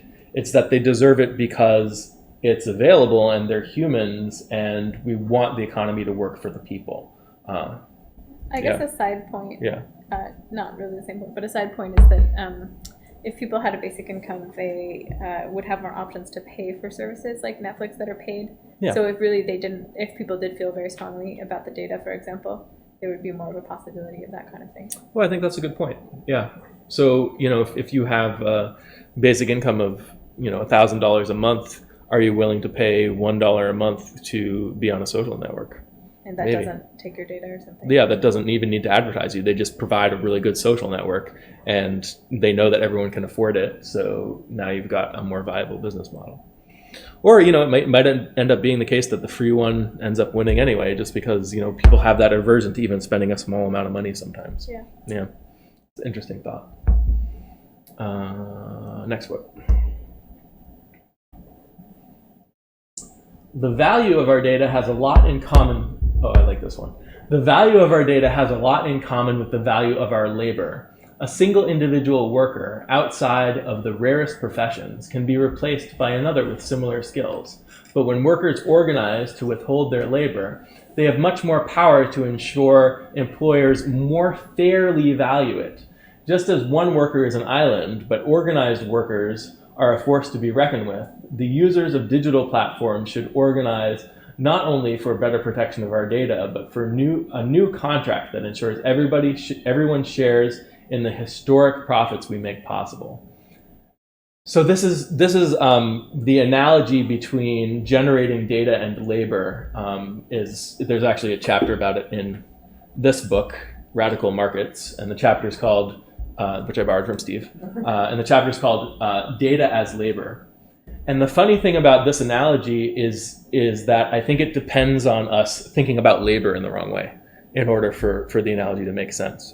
Because if we think about labor as people deserve to be paid because of the work that they do, instead of the labor market as incentivizing people to do things that they wouldn't ordinarily do, and you pay the minimum amount necessary for that, then we can start to have these kind of like moral equivalences between these things and justify paying people a data dividend. But the reality is that people don't deserve to be paid for their labor either. I mean, like, in the sense that, what I was saying earlier, there's lots of things that we do for free, and the only reason you should work is the only reason you should do something different is if you're being paid enough to compensate for that. And that's the only purpose of the labor market. And I feel like it's the same with data, like we were talking about before. Like, sometimes you need to pay people to participate in a study or give you your data. But if they're doing it for free, then, Right. And I guess this is an interesting view of labor too, because it's focused on the value that the labor creates, which is part of what people focus on traditionally. They also focus on like how much sweat and tears you put into it, which doesn't apply very well to this example, because you don't necessarily feel like you're putting in a lot of like sweat and tears as you kind of like go on Facebook and go on Netflix. But I guess so that's why he's focusing on the value, the profits that you create. Yeah. And they talk about this a lot. They even have, I was going over with Bethany, we were talking about like monopsony models of labor the other night. That was and I finally got it, I think. Yeah. But I mean, the thing is, these models are based on the idea that people need to be kind of paid a certain amount, that it's better for everybody when workers are paid competitive wages, that kind of thing. Well, if you can get them to do the work, then what matters is that the work is getting done, and they're still doing it because they're better off than not doing the work. And we don't value people because they're workers. We value people because they're people, and that's where the money should come from. Right. Or that's where it makes more sense for the money to come from, if we value everyone as human beings. Yeah, this is kind of related to a point I wanted to make before, which is that like the flip side of every argument for why people deserve money is that some other people don't deserve money who don't do that. And some people are okay with that, but some people I think are not so explicitly okay with that when you point it out that way, if that makes sense. That so people deserve money because they're workers, and people who don't work don't deserve money because they're not workers. Well, I was thinking of this with Richard's point about like, of course, like, okay, somebody caring for their mom like deserves money. Right, their ailing mother or something. Right. But what about somebody who doesn't have an ailing mother? Do they deserve money? I mean, maybe some people would say no, some people would say yes. But that's kind of like the flip side of basing the idea that they deserve money on something, is that somebody who doesn't have that trait or doesn't do that thing shouldn't get it. Yeah, and I mean, I think the reason why we feel people deserve things or deserve rewards for what they do has to do with incentives too, right? Like we want, our culture wants to incentivize certain activities. Yeah. So maybe, it made sense a lot of times to incentivize work using our norms beyond, just what the market would do on its own. Yeah, that's a good point. I was just thinking that too. Yeah, but there's kind of no real need for that now because we do have a labor market. If there's this weird epidemic of people not caring for their kids, then we can start paying. Actually, we do this. People work and they don't take care of their kids, so they pay other people to take care of their kids.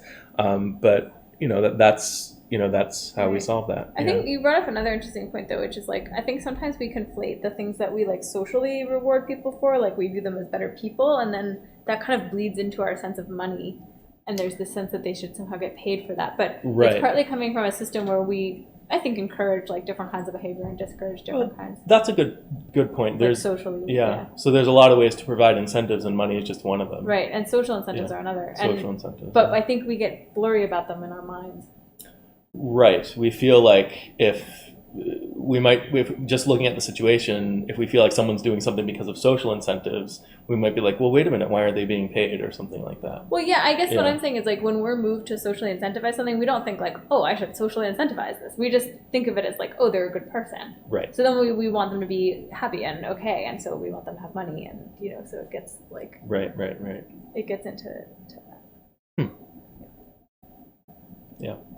But yeah, data as labor, I feel like, it's a good analogy, but same thing. They shouldn't be paid for their data either. Nothing if not consistent. I know, right? Yeah. We can't see the top part of it. This is the whole quote. Oh, it goes around that. I didn't notice that.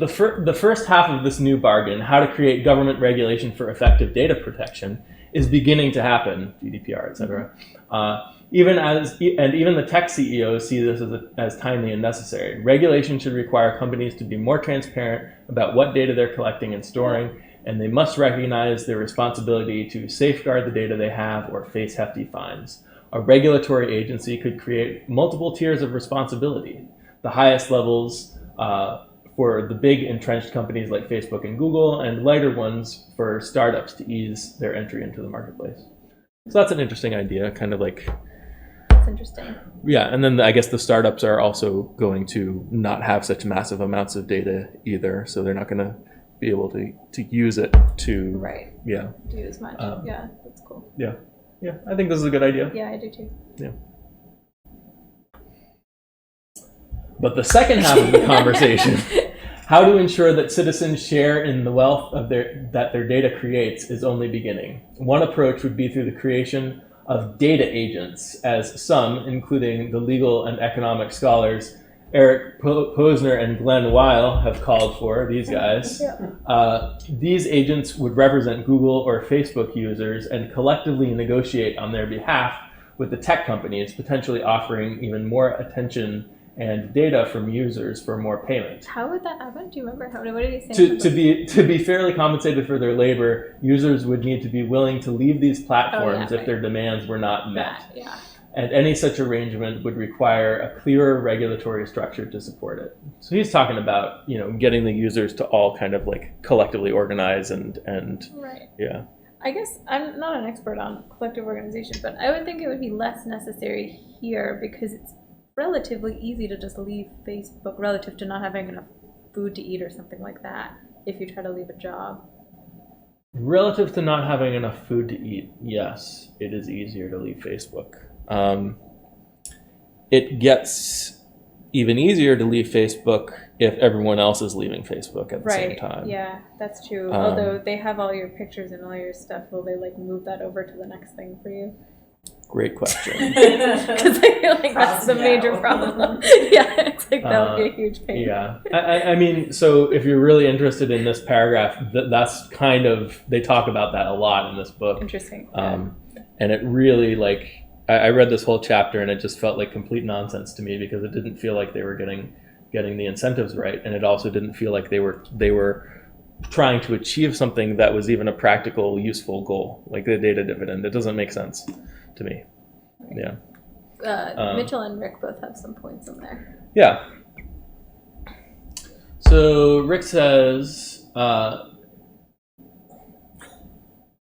The first comment of his was from a little while ago, and then the other one he just made. It's from when we were still Okay. talking about giving people money as a simple solution to a simple problem. Right. Yeah, so he says giving people money to prop up weaponized data is a simple problem. You are ignoring the negative externalities. Yeah, I mean, I'm ignoring the negative externalities of doing something that we know we need to do. So, we know people need to eat. We know we need to feed people. So it's important to give them food. There are side effects to people being alive. Like some of those people might be bad people or do bad things, or you need to take care of their health and other problems and stuff like that. But it's a basic thing. Like people need food, and like if you want to maximize prosperity, people need the maximum amount of money that the economy can sustain. So that part is simple, and yeah, I'm ignoring the externalities because we know that regardless of what the externalities are, this is necessary. So this is like the first order thing, and then the externalities are the next step. Like how do you manage that situation? So yeah, that's why I'm ignoring them. He says, I am not super active in UBI communities. I am a skeptic, but I heard Jeremy Rifkin is a fan. I would be interested to learn more about his thoughts to see if it can change my thinking. Yeah, so Jeremy Rifkin, he wrote a book called Zero Marginal Cost. He's kind of arguing that as we move forward, technology is starting to make it so that we can produce things for free and share in that abundance. I'm actually not a huge fan of Jeremy Rifkin, but he has said some stuff, and maybe we could do one on him. Yeah. And then Mitchell says, I see data awareness and portability as being something with more importance than just paying a dividend. If you can move your data and then you can go to another service if it pays and has other benefits. Yeah, so this is how do you get your pictures out? Yeah. So being able to dump all your data out of Facebook, I think I don't even know if they have that feature. They might. I know that when Google Plus shut down, that they had that. You could dump all your data out, and I did that. But I think this is it would be something that would be nice to be able to do with these kinds of services, and maybe having some kind of regulation in place to say, like, you have to provide this for your users, that kind of thing. I think that might be useful. Yeah. I agree. Yeah, which also like earlier has a to the sort of continuing conversation about like who has our data that we're not aware of. Like his comment about to get health information about yourself with DNA kits, some companies sell your data to research companies and universities. So that was another thing that like came up that people were like, oh yeah, I'll do 23andMe and whatever. And then it was like, oh, actually, it turns out in the small print you signed a thing that says this company like owns your like DNA stuff like forever and ever, and they can sell the data and they can do whatever. And so then people are like, oh, now I feel really uncomfortable about that. And that has this weird sort of ripple of like, even if you didn't do it, like if your family members did, then these companies sort of have proxy data about you. They're like, well, we don't know your actual DNA, but we know like different people who are related to you, so we can make guesses. That's actually an example of that. There's this his criminal's nephew did a thing with 23andMe, and they thought that the guy did a crime, and so they got the data from 23andMe, and they ran it through for the nephew, and then they processed it and they compared it to the guy, and they actually proved that he was guilty. Yeah, I think I heard about that. Yeah. Yep. Just really creepy stuff about like who can subpoena what kind of data, and how much reach like does the criminal system have to be like, oh well, we have this information about someone who's a close relative of you, and so we're allowed to subpoena that, or we have it just already. And yeah, I think they had the DNA from the crime scene, and then they saw that there was related DNA in the 23andMe. Yeah, from all these relatives. Right. Yeah. So then they figured out that it must be this guy. Exactly. But she's saying like that, I guess, is admissible, even though you can't compel a DNA test from him, I think. I don't know if you can. Maybe you can with certain warrants. I think if you have probable cause. Yeah. Yeah, but it feels really muddy to me to be like, okay, yeah, because you would. Like, you wouldn't be able to just, like, compel it by just being like, you're a human, and we think that you might have matching DNA. But like, is the 23andMe network enough that they're like, oh, this is just as if we had some security footage and, we're looking at photos. Yeah. Like, it feels really Yeah. muddy. That's interesting. Yeah, I didn't know about that. And I didn't know about this selling to other places too. Yeah. And it's probably double-edged, like we were talking about, like maybe the universities are learning a lot of like good stuff. Oh, I think a lot of good stuff is coming out of this. Yeah. But they're like, whether you individuate it or de-individuate it first seems like pretty important to how I would feel about this. Yeah, Like, it's something to do for research universities. In other words, Yeah. individuate and be like, oh yeah, so this DNA partially Yeah. matches. Who is that person? Exactly. And like, who That's are their very close different. blood relatives and where do Exactly. they live? Right. Or could you sell it to health insurance companies? Or, like none of that seems like something they should be able to Yeah, because then it's do. like, oh, like your DNA test says that you are, predisposed to like whatever, Right. and so we're going to charge you a higher premium. Exactly, yeah. Even though you don't actually have a pre-existing right. condition, Right, but we think yeah. you do. Yeah. Final thoughts on data I dividend. know we're out of time for quotes. We're out of time for quotes. Yeah, this was an interesting discussion. I feel like I learned more about, or thought about a lot of new like concerns or like regulations that I might want in place, but they don't relate necessarily directly to paying people for it. Yeah. There's some technical issues, and there's some economic issues, and there's some political issues, and we've been sliding back and forth between them pretty smoothly.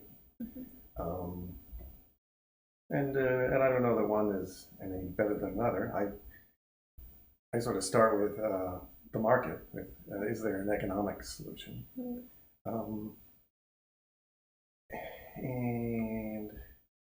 But then when you start talking about privacy as a right, then you've decided that it's a political matter, which is totally different. You could also say, well, the whole internet needs to be redesigned. The internet is basically designed for large scientific documents, which has hardly anything to do with anything that the internet is used for. If it had been designed for individuals as a social network rather than as a system for large scientific documents, then there wouldn't need any Facebook at all. It would just be already in the structure of the internet. So that's a kind of technical solution to all of this. Yeah, I think similar to Bethany, I was like, yeah, so unsurprisingly, not sold in a data dividend after this meeting. But like some interesting thoughts about sort of like privacy and the different ways in which data gets used, and like I think thinking more about some of like the ways in which that's positive, because I'm often sort of like, oh, like I do not want companies to have all this information. That feels really dangerous, and but thinking about sort of the like de-individuated in ways that can potentially be really pro-social, which then makes it feel a lot messier. Like, how do we nuance that to like only let like good companies use data for good purposes? Right. Like, how do you know what that is? Yeah, that's a really good point. Yeah, Richard. Maybe you can be compensated for data misuse, if not for the dividends instead. If that could, like with Cambridge Analytica or that Russian age progression thing, or like say Yahoo Mail, like not telling people for like a year that they had been hacked into. Right. Yeah. Yeah. So I think this is a really interesting problem, and it's a really, we just barely scratched the surface here in terms of how to use data for good, or how to get our society and companies and everything to use data for good, at least collectively.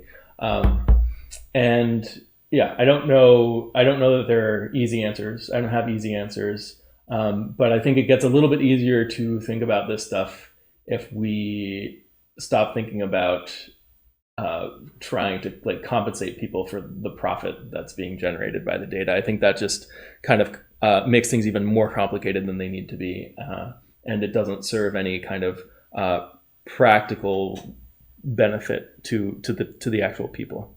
So I guess that's kind of my final thought. Great discussion, guys. Next week we're actually going to be on Monday, and we're talking about the idea of universal basic assets. which is the idea that Excuse me. I guess it was coined as a contrast to universal basic income, and it's the idea that you give people things other than money, that maybe you think they need more, or there's stuff beyond money that people need, and you should give them those things, that kind of thing. Yeah. Cool. All right. Thanks, everyone. Thanks, Thanks, guys. Michelle and Sultan and Rick. And the week after that is